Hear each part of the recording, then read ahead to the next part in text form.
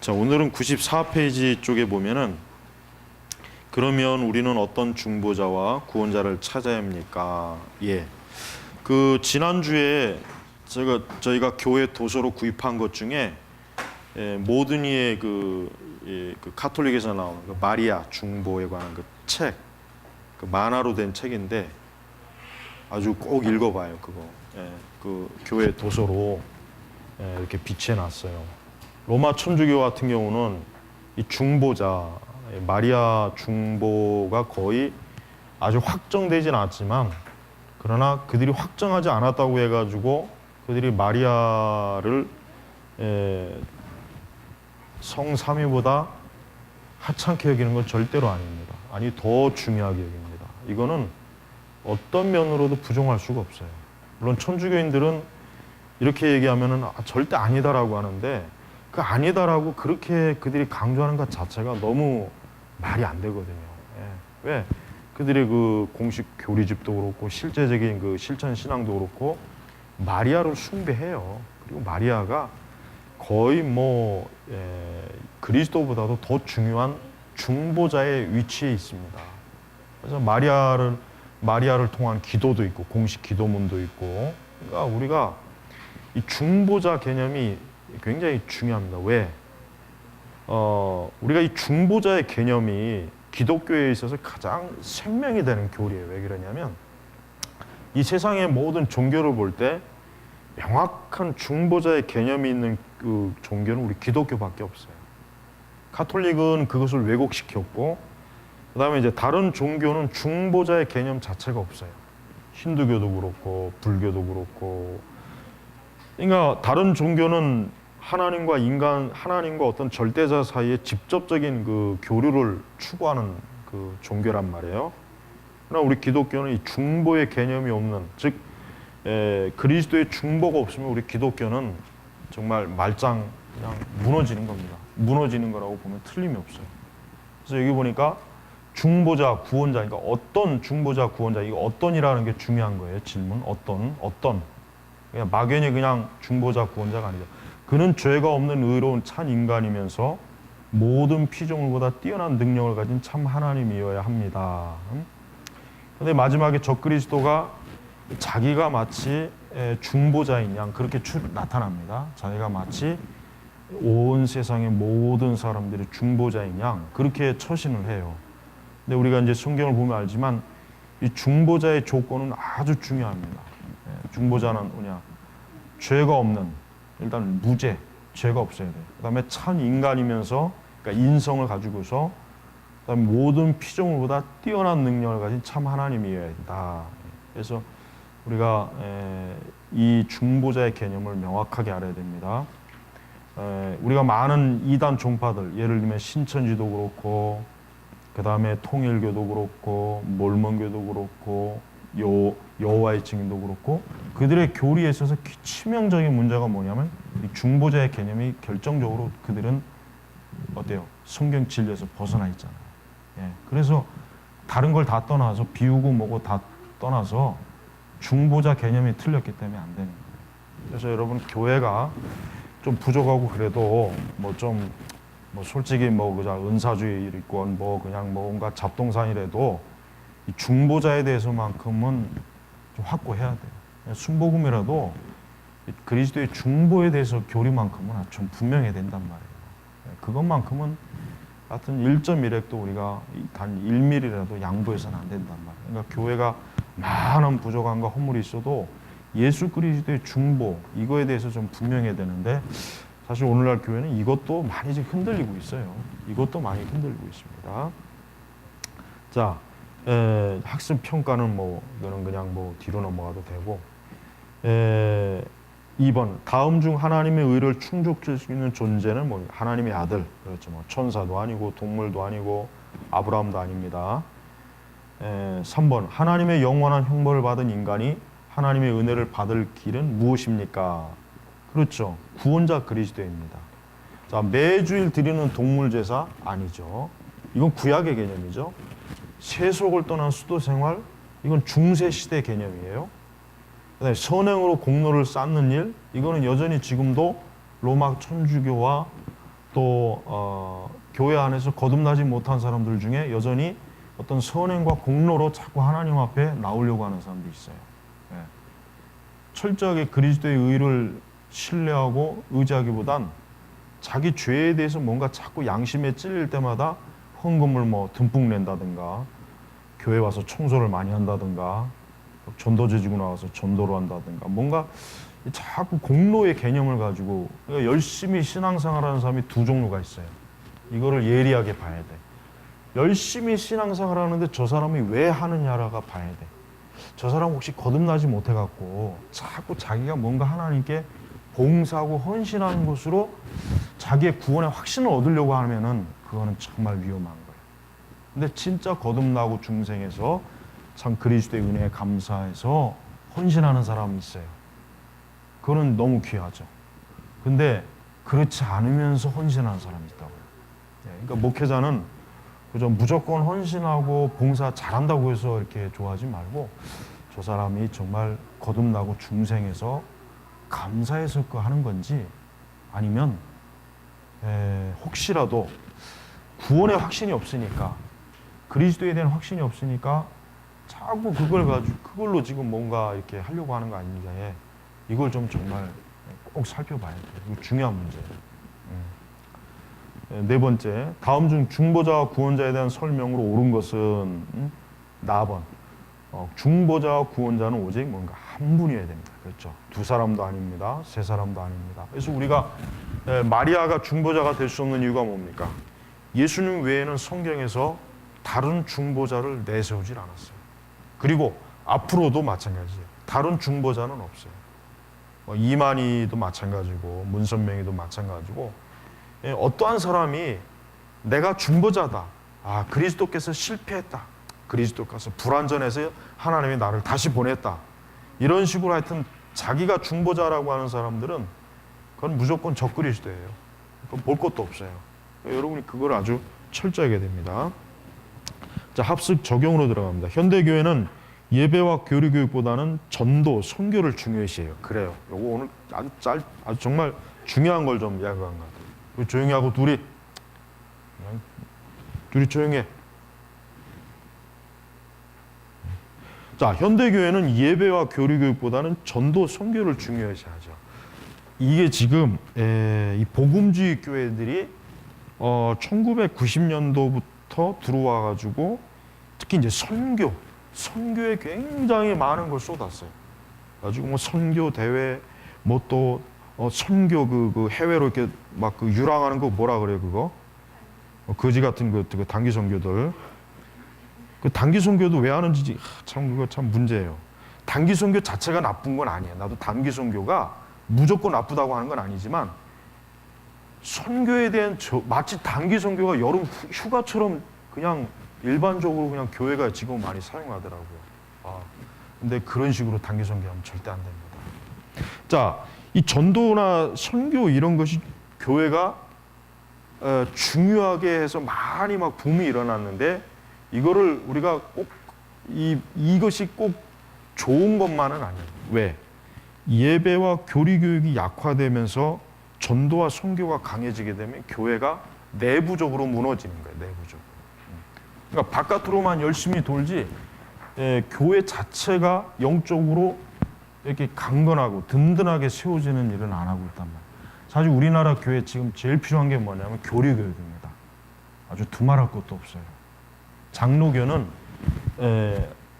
웨스트민스터 제소열리 문답, 그 다음에 하이델베르그, 그 다음에 제네바 신앙 요리 문답, 칼빈의 이거를 필수적으로 해야 돼요. 지금 우리나라 교회는 선교나 전도 이런 거 다 그만두고 알파코스니 뭐 제자 훈련이 이런 거 정말 다 그만두고 교리 교육을 정말 해야 됩니다. 이게 지금 교회가 제일 시급해요. 왜? 이게 지금 안 되고 있으니까 모든 이단 현상이 다 나타나는 것이고 교회 안에 있는 온갖 잘못된 프로그램도 막 지금 뒤섞여 있는 것이고 그 다음에 이제 WCC 대회 같은 것도 다 무지해서 그러는 거예요. 그러니까 목회자들은 또 교회 다니시는 분들은 다른 거 어떤 것보다 교리 교육을 정말 많이 해야 돼요. 어린아이들도 그렇고 청소년들도 그렇고 장년도 그렇고 내가 지금 보니까 예? 좋은 교리 서적이 얼마나 많이 나왔는지 모르겠어요. 진짜 많이 나왔어요. 그러니까 교재가 없어서 교리 교육 못 한다는 말은 이제 못 해요. 어린아이에게 맞는 교리 교육, 청소년 또 장년 이 책들이 얼마나 좋은 게 많이 나오는지 모르겠어요. 근데 이런 것들을 활용을 못 하고 이런 것들을 교회가 사용하지 않으면은 그러면 참 어떻게 되겠습니까? 그러니까 교회는 교리 교육부터 다시 해요. 다시가 아니라 이것부터 해야 됩니다. 그러니까 목사님들은 자신의 교회가 교인이 많던 적던 교리 교육하는데 아주 최우선으로 지금 자기의 목회 사역에 가장 초점을 둬야 돼요. 한 사람이든 두 사람이든 세 사람이든 이것이 지금 되어야 교회가 지금 영적으로 무너졌잖아요. 근데 자 이게 이제 빌 브라이트 나오죠. CCC의 그 창시자죠. 이미 뭐 죽었죠. 근데 이 사람이 지금 그 로마 카톨릭과 연합운동 ECT 하는데 이 사람도 주도적으로 지금 참여했어요. 패커도 그렇고 마크널, 팻 로버슨 이 사람들이 로마 카톨릭과 연합하는데 ECT 문서에 서명한 사람들이란 말이에요. 그러니까 이 사람들이 왜 이런 줄 아십니까? 특히 빌 브라이트 같은 경우는 어떤 대학생 선교에 치중했는데 초교파적인 활동을 중요시하니까 이 교리적인 그 어떤 기초가 너무 없고 그다음에 이제 제임스 패커나 마크놀 같은 사람은 정말 이해 안 되는 사람들이에요. 왜냐하면 이 사람들은 기독교에 대해서 너무 잘 아는 사람이에요. 마크놀도 그렇고 기독교에 대해서 이 사람들은 아주 탁월한 사람이란 말이에요. 정말 신학적으로도 교리적으로 탁월하게 아는데 ECT에 이렇게 서명했다는 것 자체가 이게 정말 이 사람이 이게 배도와 배교한다는 게 이게 얼마나 이게 영적으로 얼마나 이게 마귀가 강하게 역사하는지 우리가 알아야 된다. 그래서 대학생 선교단체 같은데 가입하면 안 돼요. 대학생 선교단체나 뭐 여러 지금 선교단체가 많잖아요. 대학교 내에. 근데 그거 가입하면 안 돼요. 그런 것들이 왜 안 되냐면 이 선교단체라고 하는 것은 초교파로 하는 거예요. 초교파. 그러다 보니까 교리적인 기초가 너무 약해요. 사실 선교단체 그 간사들 보면 너무 무식하잖아요. 별로 아는 게 없어요. 뭐 제대로 배우는 게 없는데 뭐 알겠어요. 그죠? 뭐 행정이나 그래서 약간의 뭐 어떤 훈련 프로그램 이 정도만 알지 너무 무지한단 말이에요. 그들이 뭐 알겠습니까? 성경을 알겠습니까? 신학을 알겠습니까? 그런 알지도 못하는 사람들이 간사가 돼갖고 젊은 그 대학생들을 막 또 뭐 영적으로 케어한다 그러죠. 케어한다, 돌본다, 뭐 중보기도 한다. 정말 그 돌팔이한테 아이를 맡기는 거란 말이야. 아이를. 그러니까 제발 그 대학교 올라가서 그 학교 안에서 그 어떤 선교단체도 하면 안 된단 말이에요. 여기도 나와 있지만 CCC의 많은 교회들이 사용해온 그 사형리 속책자 거기 보면은 아까 말했지만은 우리가 심판을 받아야 할 우리를 명확하게 제시하지 못해요. 못한단 말이에요. 자, 현대 교회가 죄를 가볍게 여기는데 일조하는데 이 CCC의 사형리가 상당히 영향을 많이 미쳤어요.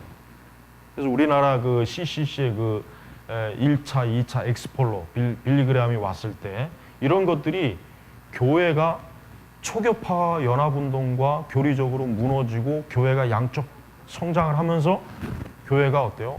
내부적으로 무너진 때가 이미 벌써 그때란 말이에요. 그러니까 빌리그램의 그 1차 1974년도에 이런 엑스폴로나 이런 게 결코 좋은 게 아니에요.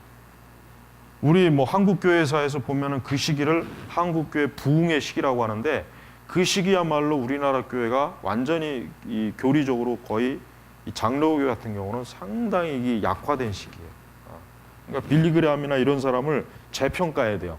우리는 빌리그램이 굉장히 대단한 사람이라고 보지만 실제로 빌리그램의 그 사역을 보면은 별로 열매가 없어요.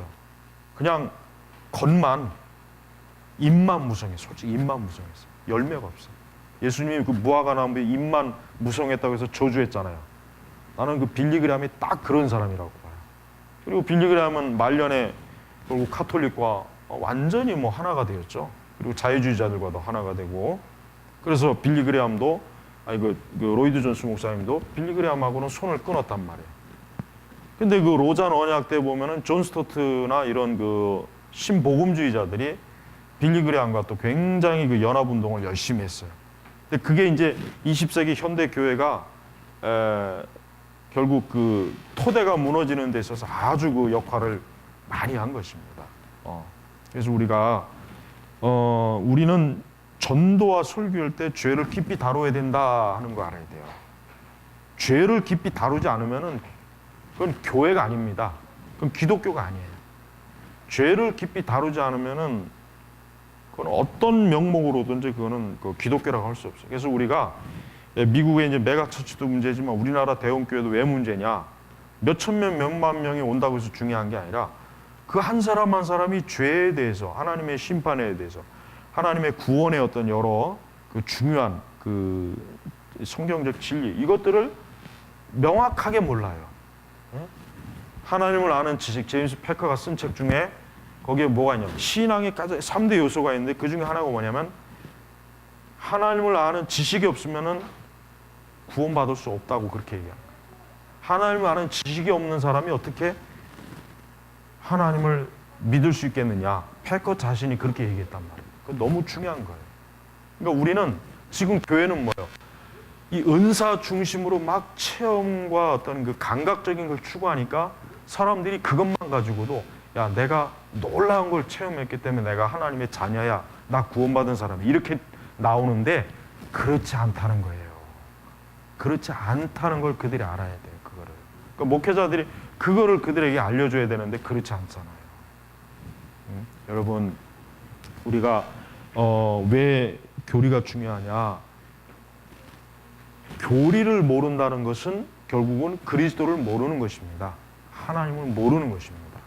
그러니까 모르고서 구원받을 수는 없어요. 이것은 우리가 신약 성경을 대충 읽어봐도 금방 이게 눈에 띄는 거예요. 그래서 지금 교회가 많은 어떤 뭐 교회 부흥, 교회 개혁에 대해서 많이 얘기하는데 목사님들이 매주마다 이렇게 철저하게 교리를 가르친다면 교회는 부흥합니다. 그리고 교회는 다시 온전해지고 개혁이 되고 성도들도 새로워질 수가 있어요. 근데 이것이 안 되고 있어요. 안 되고 있고 아마 될 수도 없을 거예요. 지금과 같은 교회 분위기는 앞으로도 마찬가지고. 그래서 우리 개혁교회도 이런 유사 개혁교회들 보면은 이 복음주의의 잘못된 것들을 많이 끌어안고 있는데 그건 굉장히 문제가 커요. 그 사람들은 더 교회를 온전하게 하는 게 아니라 더 나쁘게 하는 사람들이에요. 그러니까 유사 개혁주의자들은 사실은 굉장히 비판을 많이 받아야 돼요. 그들은. 자, 그래서 우리가 죄를 깊이 다룬 설교도 필요하고 죄를 깊이 다룬 청교도의 책들도 여러분 많이 읽어봐야 됩니다. 그래서 여러분이 그런 것이 진짜 우리의 신앙과 영혼에 굉장히 유익한 겁니다. 하나님을 바르게 믿을 수 있게 하는 거예요. 그러니까 우리가 영적으로 더 좋은 곳을 취할 줄 알아야지 가볍고 재미있고 그냥 그 정말 부담 없고 이런 것들을 추구한다면 우리 신앙은 병듭니다. 너무 문제가 커져요. 그래서 우리가 이런 하나하나 이런 것들을 우리가 다룰 때 이것이 내 자신에게 있어서 정말 중요하기 때문에 그런 것이에요. 그래서 오늘 이것을 잘 마음에 품으시기 바랍니다. 기도하겠습니다. 아버지 하나님 감사합니다. 교회가 성경의 교리를 버리고 난 이후부터 하나님도 버리고 복음도 버리고 진리도 버리고 중요한 건 다 버리고 그저 껍데기만 입만 무성해서 왕성한 이 시대입니다. 아버지 하나님, 우리 선민교회는 그런 입만 무성한 무화과 나무 같은 교회가 되지 말고 정말 열매가 있는 교회가 되고 각 우리 신자들이 되어서 참 하나님 나라에 합당한 사람으로서 하나님을 온전히 경외하는 사람으로서 성장케 하옵소서. 감사하며 우리 주 예수님의 이름으로 기도 올렸습니다. 아멘.